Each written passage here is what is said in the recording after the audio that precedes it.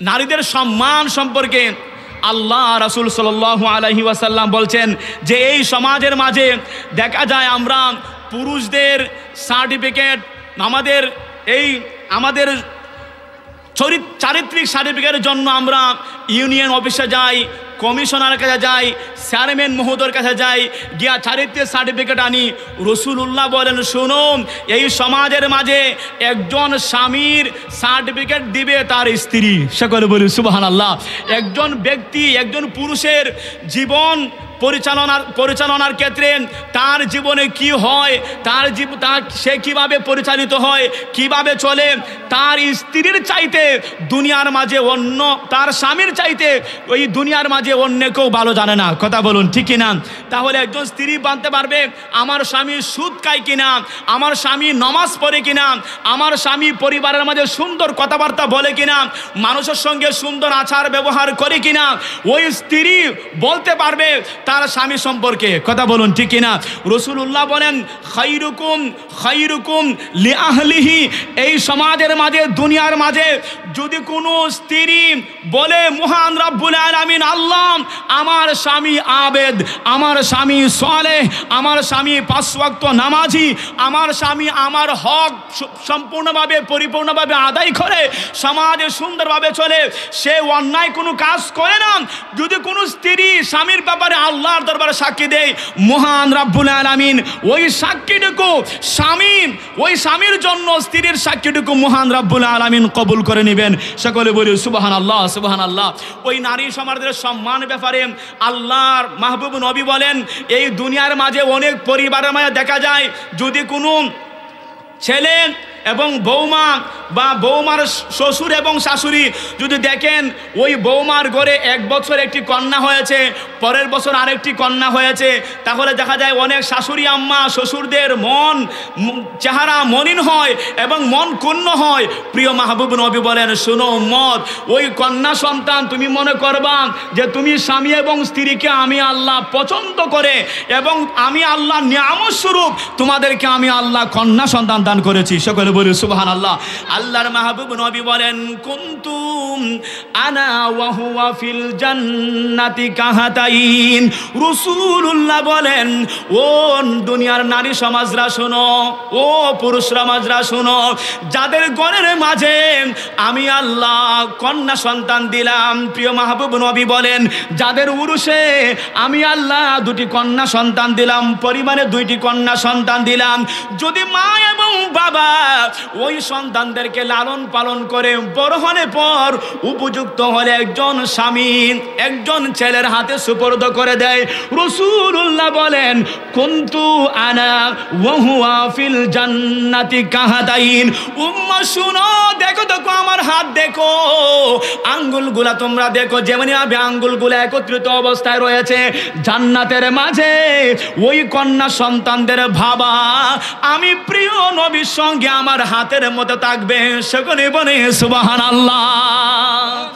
জান্নাতের মাঝে যদি আল্লাহ পাক রব্বুল আলামিন আপনাকে 2টি কন্যা সন্তান দান করেন, ওই কন্যা সন্তানকে যদি আপনি সুশিক্ষায় শিক্ষিত করেন, ভালোভাবে লেখাপড়া করান, যদি আপনি সুশিক্ষায় শিক্ষা দেন, অতঃপর ওই কন্যা সন্তান বড় হওয়ার পরে একজন যোগ্য সুন্দর পাত্রর হাতে বিবাহে আবদ্ধ করে দেন, অতঃপর ওই সন্তান আদির দ্বারা প্রিয় মাহবুব নবী বলেন, জান্নাতের মাঝে আল্লাহর মাহবুব নবী বলেছেন, ওইভাবে আমার আঙ্গুলগুলা যেইভাবে একত্রিত অবস্থায় রয়েছে, ওই কন্যা সন্তানের আব্বা আমি নবীর সঙ্গে সেইভাবে জান্নাতে থাকবে। সকলে বলুন সুবহানাল্লাহ, সুবহানাল্লাহ।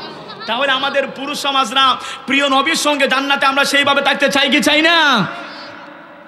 আল্লাহর মাহবুব নবী বলেন, শোনো উম্মত, নারীদের মর্যাদা হজের সময় আসলে, যখন হজ হয় পুরুষরা হজ করতে যায়, হজের সওয়াব পায়, কিন্তু নারী সমাজরা যদি হজ করতে যান, প্রিয় মাহবুব নবী বলেছেন, উম্মাহ শোনো, ওই নারী সমাজদেরকে আমি আল্লাহ পাক রব্বুল আলামিন ওই কন্যা সন্তানরা নারী সমাজরা হজ করলে আল্লাহ একটি স্পেশালি সওয়াব দান করেন। ওই সওয়াবটা হলো হজের সওয়াব পান এবং জিহাদের সওয়াব আল্লাহ পাক রব্বুল আলামিন নারী সমাজদেরকে আল্লাহ দান করেন। সকলে বলে সুবহানাল্লাহ। শুধু তাই নয়, যে আল্লাহর মাহবুব নবী বলেছেন যে শুনো, আল্লাহ রাসূলের দরবারে সাহাবিয়া নারী সমাজরা প্রশ্ন করলেন, ইয়া রাসূলুল্লাহ, আমরা তো অনেক সময় হজে যেতে পারি না, অনেক সময় আমরা জিহাদের ময়দানে যেতে পারি না, জিহাদের ময়দানে তো আমাদের পুরুষ সমাজরা যায়, ওই জিহাদের সওয়াব কি আমরা পাবো? প্রিয় নবী বললেন, তোমরা যদি হজ করো তাহলে সেই হজের সওয়াবের মাঝে আমি আল্লাহ পাক রব্বুল আলামিন জিহাদের সওয়াব তোমাদেরকে দান করব। সকলে বলি সুবহানাল্লাহ, সকলে বলি আলহামদুলিল্লাহ। তাহলে ওই নারী সমাজরা যদি তারা আমল করেন, পরিবারের মধ্যে সুন্দরভাবে চলেন, রাসূলুল্লাহ বলেছেন তাদের সম্মান আল্লাহ পাক রব্বুল আলামিন দিন আল্লাহ পাক রব্বুল আলামিন বৃদ্ধি করে দিবেন। সকলে বলি সুবহানাল্লাহ। শুধু তাই নয়, যে তাদের শহীদি মাকাম মর্যাদা, অনেক সময় দেখা যায় সমাজের মাঝে অনেক মা বোনরা বিবাহিত যারা রয়েছেন, ওনারা যখন সন্তান দুনিয়াতে প্রসব হবে, সেই সময় যদি কোনো নারী যদি ওই প্রসব বেদনায় যদি তারা মারা যান, তাহলে প্রিয় মাহবুব নবী বলেন যে শুনো, জিহাদের ময়দানে গেলে সাহাবায়ে কেরামরা তোমাদের পুরুষ সমাজরা শহীদ হন, তোমাদেরও শহীদের ব্যবস্থা আল্লাহ পাক রব্বুল আলামিন দিয়েছেন। সকলে বলি সুবহানাল্লাহ।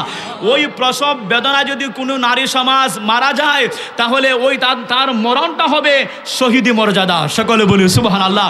তাদের মাকাম মর্যাদা সম্পর্কে আপনারা জানেন যে আমার প্রিয় মাহবুব নবীর আব্বা প্রিয় নবীর আগমনের আগে দুনিয়া থেকে চলে গিয়েছিলেন। 6 বছর বয়সে প্রিয় নবীর আম্মা দুনিয়া থেকে চলে গিয়েছেন। কথা বলুন ঠিক কিনা? আব্বা আম্মার খেদমতের যে আঞ্জাম, খেদমতের যে দৃষ্টান্ত আল্লাহর মাহবুব নবী উনার দুধমা হালিমাতুস সাদিয়ার ব্যাপারে দুনিয়াতে দৃষ্টান্ত দেখিয়েছেন। দেখো দুনিয়াবাসীরা, আমার মা হালিমাতুস সাদিয়াকে আমি কিভাবে সম্মান করেছি। আমার আব্বা আম্মা থাকলে, আমার আম্মা থাকলে আমি দুনিয়ার শ্রেষ্ঠতম খেদমত দৃষ্টান্ত আমি প্রিয় নবী দেখিয়ে যেতাম। সকলে বলি সুবহানাল্লাহ, সুবহানাল্লাহ। একটি যুদ্ধের ময়দান ছিল, হুনাইন যুদ্ধ।